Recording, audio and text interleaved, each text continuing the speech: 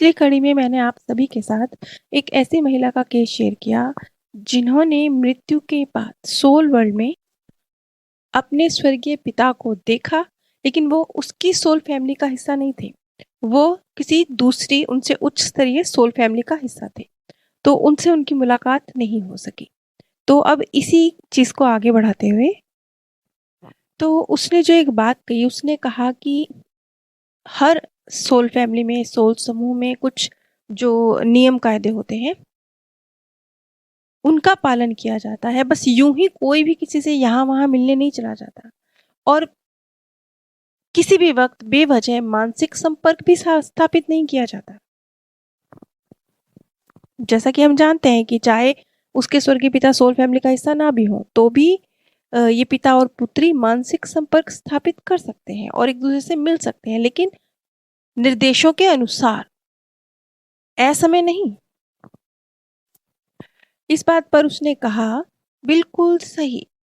हर आत्मा अपने स्वयं के जो समूह हैं, उनको जो हिदायतें दी गई हैं, उनके अनुसार ही कार्य करती है। बस निर्देशक ही हैं जो ज्यादातर चक्कर मारते रहते हैं। यहाँ पर निर्देशक शब्द जो उसने यूज किया है, इसका मतलब सोल फैमिली के ऊपर भी एक, जैसे हम सबके साथ हमारे स्पिरिचुअल गाइड होते हैं, वैसे सोल फैमिली में भी आप गुरु कह लीजिए या उनका हेड कह लीजिए या उनको निर्देश देने वाला या उनको गाइड करने वाला, जो भी कह लीजिए, यहाँ पर उसे निर्देशक कहा गया, वो होते हैं। और ये नियम कायदे इसलिए बनाए गए हैं कि एक दूसरे की सीमाओं का सम्मान किया जाए। एक दूसरे, क्योंकि वहां पर भी हम ग्रो कर रहे हैं, सीख रहे हैं, आगे बढ़ रहे हैं, तो हमारे जो एक प्राइवेसी है, स्थान है, समय है, हम अपने समूहों के साथ कार्यरत हैं, उसका सम्मान किया जाता है।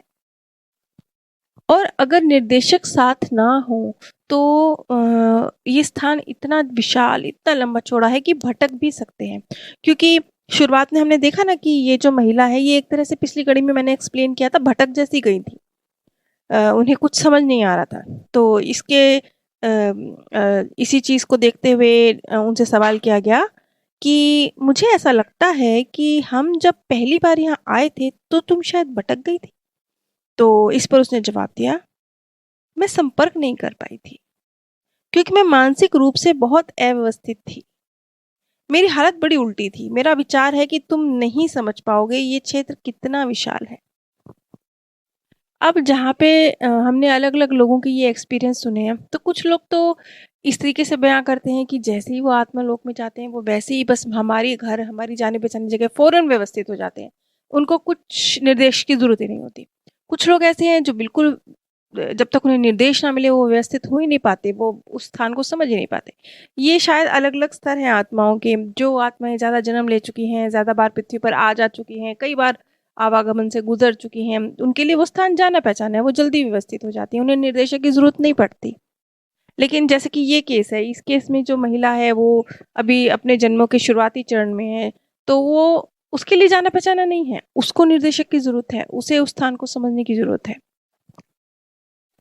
लेकिन ये जो इसे हमने पारगमन नाम दिया है, ये जो प्रक्रिया है अपने सोल फैमिली से मिलने की, उस स्थान को महसूस करने की, जब तक ये प्रक्रिया खत्म होती है तब तक जो स्थितियां हैं क्लियर हो जाती हैं। उसे अपने पुनर्जन्म का, अपने जीवन का जो मकसद था, क्यों लिया था, कैसे लिया था, किस कारण से, क्या सीखा, कितना सीखा, सब चीजें उसकी तब तक क्लियर हो चुकी होती है। यानी वो शांत स्थिति में जाकर अपनी सोल फैमिली से कनेक्ट होता है, क्योंकि सब कुछ क्लियर हो जाता है।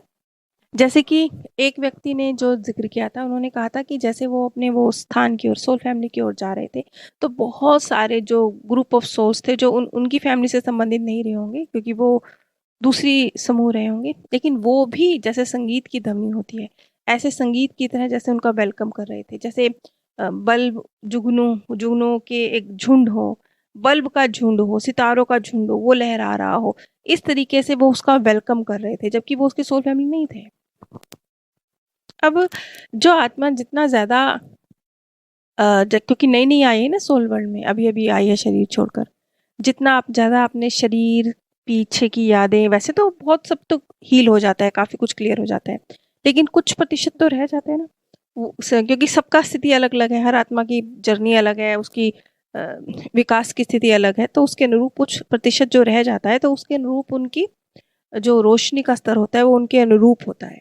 जो जैसे पीछे की तरफ बहुत ज़्यादा अटैचमेंट है, अगर बाकी रह गई है, काफ़ी तो हील हो गई है, कुछ जो बाकी रह गई है, उसके अनुरूप उनका जो रोशनी का स्तर है, वो मंद हो सकता है या तेज हो सकता है। अगर पीछे बहुत ज़्यादा अटैचमेंट है, तो वो मंद होगा। और जो इस तरह की आत्माएँ हैं, जो मतलब धरती वाले जीवन से ये अटैच हैं, पूरी तरह डिस्कनेक्ट नहीं हुई हैं, वो फिर उतनी ज़्यादा प्रभावशाली तरीके से संवाद भी स्थापित नहीं कर पाती, जो अ, दूसरी आत्माओं से करना चाहिए। ये कुछ ऐसा ही है ना कि आप किसी नए स्थान पर जाएँ, आपका मन पीछे भटक रहा हो, तो वो स्थान कितना मर्ज़ी हसीन हो, आस-पास आपके कितने मर्ज़ी मित्रगण हों, आपका ध्यान वहाँ भटकेगा, अपने पीछे भटकता रहेगा। तो पीछे से कटे अपने दोस्तों से जाके जुड़े, अपने वो जो नया सर्कल है आपका उससे जाके जुड़े, उसमें वक़्त लगता है ना। तो कुछ इसी तरह से आत्माओं के साथ भी है, लेकिन सबके साथ स्थिति अलग-अलग है। काफ़ी कुछ तो हील हो जाती हैं कि बहुतों को तो ज़रूरत ही नहीं पड़ती। जैसे कि एक आत्मा ने स्पष्ट किया था कि एक दूसरे से जो ये ग्रुप अलग-अलग होते हैं, हम अलग-अलग होते हैं, ये ऐसे ही अलग-अलग होते हैं, ऐसे समझ लीजिए जैसे एक स्कूल हो उसमें अलग-अलग क्लासें लगी हुई हों। तो कोई नर्सरी का, कोई फर्स्ट का, कोई सेकंड का स्टूडेंट है ना, तो वैसे ही समझ लीजिए। वैसे ही ये ग्रुप ऑफ सोल्स हैं। अब जब ये सारी प्रक्रिया हो जाती है, अपनी सोल फैमिली से भी वो मिल लेती हैं, उसके बाद एक काउंसिल ऑफ एल्डर्स होता है। ये ये इसे क्या कहेंगे? इसे सभा कह लीजिए, जो भी कह लीजिए इसे, यहाँ पर आत्मा पेश होती है। अब यहाँ पर उसकी क्या गतिविधियाँ रहीं, उसकी मतलब जीवन जो जिया उस आत्मा ने, उसकी क्या गतिविधियाँ रहीं, उसकी जाँच-पड़ताल होती है। और यही वो स्तर है, यहाँ पर जब जाँच-पड़ताल होती है, तो यहाँ पर कई बार जैसे आत्मा का स्तर ऊँचा भी हो सकता है ना, तो यहाँ भी ये भी स्थिति बन सकती है कि वो जो अभी तक उसका सोल ग्रुप था, वो उसमें नहीं जाएगी। मतलब वो अपने सोल ग्रुप से मिल गई है, मिली है वो, लेकिन उसके बाद जब वो उस काउंसिल के पास जा रही है, अब उसके जीवन का जो निर्धारण हो रहा है, उसकी गतिविधियों पर जो नज़र डाली जा रही है, तो अब उसका सोल ग्रुप बदल भी सकता है। जैसे भी उसने जीवन में जो भी तरक्की हासिल की है, उसके हिसाब से बदल भी सकता है।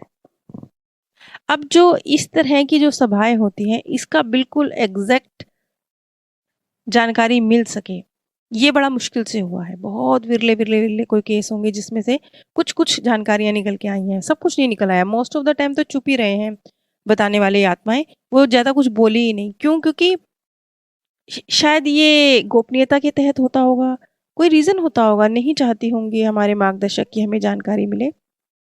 लेकिन क्योंकि ये इतना ज़रूर समझ में आता है कि ये इरादतन होता है, सोच समझ के होता है कि कितनी जानकारी दी जानी है इस धरती पर और कितनी नहीं दी जानी है। उसके तहत होता है कि आत्मा को जब ये एक्सपीरियंस हो रहे हैं काउंसिल के समक्ष प्रस्तुत होने के, क्योंकि उसके जीवन की चर्चा हो रही है। अब इस चर्चा में बहुत कुछ सामने आएगा कि क्यों और कैसे अब वो किस क्लास में जाएगा, मतलब किस समूह में जाएगा। यहाँ पर इरादतन सोच समझकर बहुत सारी जानकारी के समय नहीं दी है आत्माओं ने, वो चुप रही हैं, शांत रही हैं।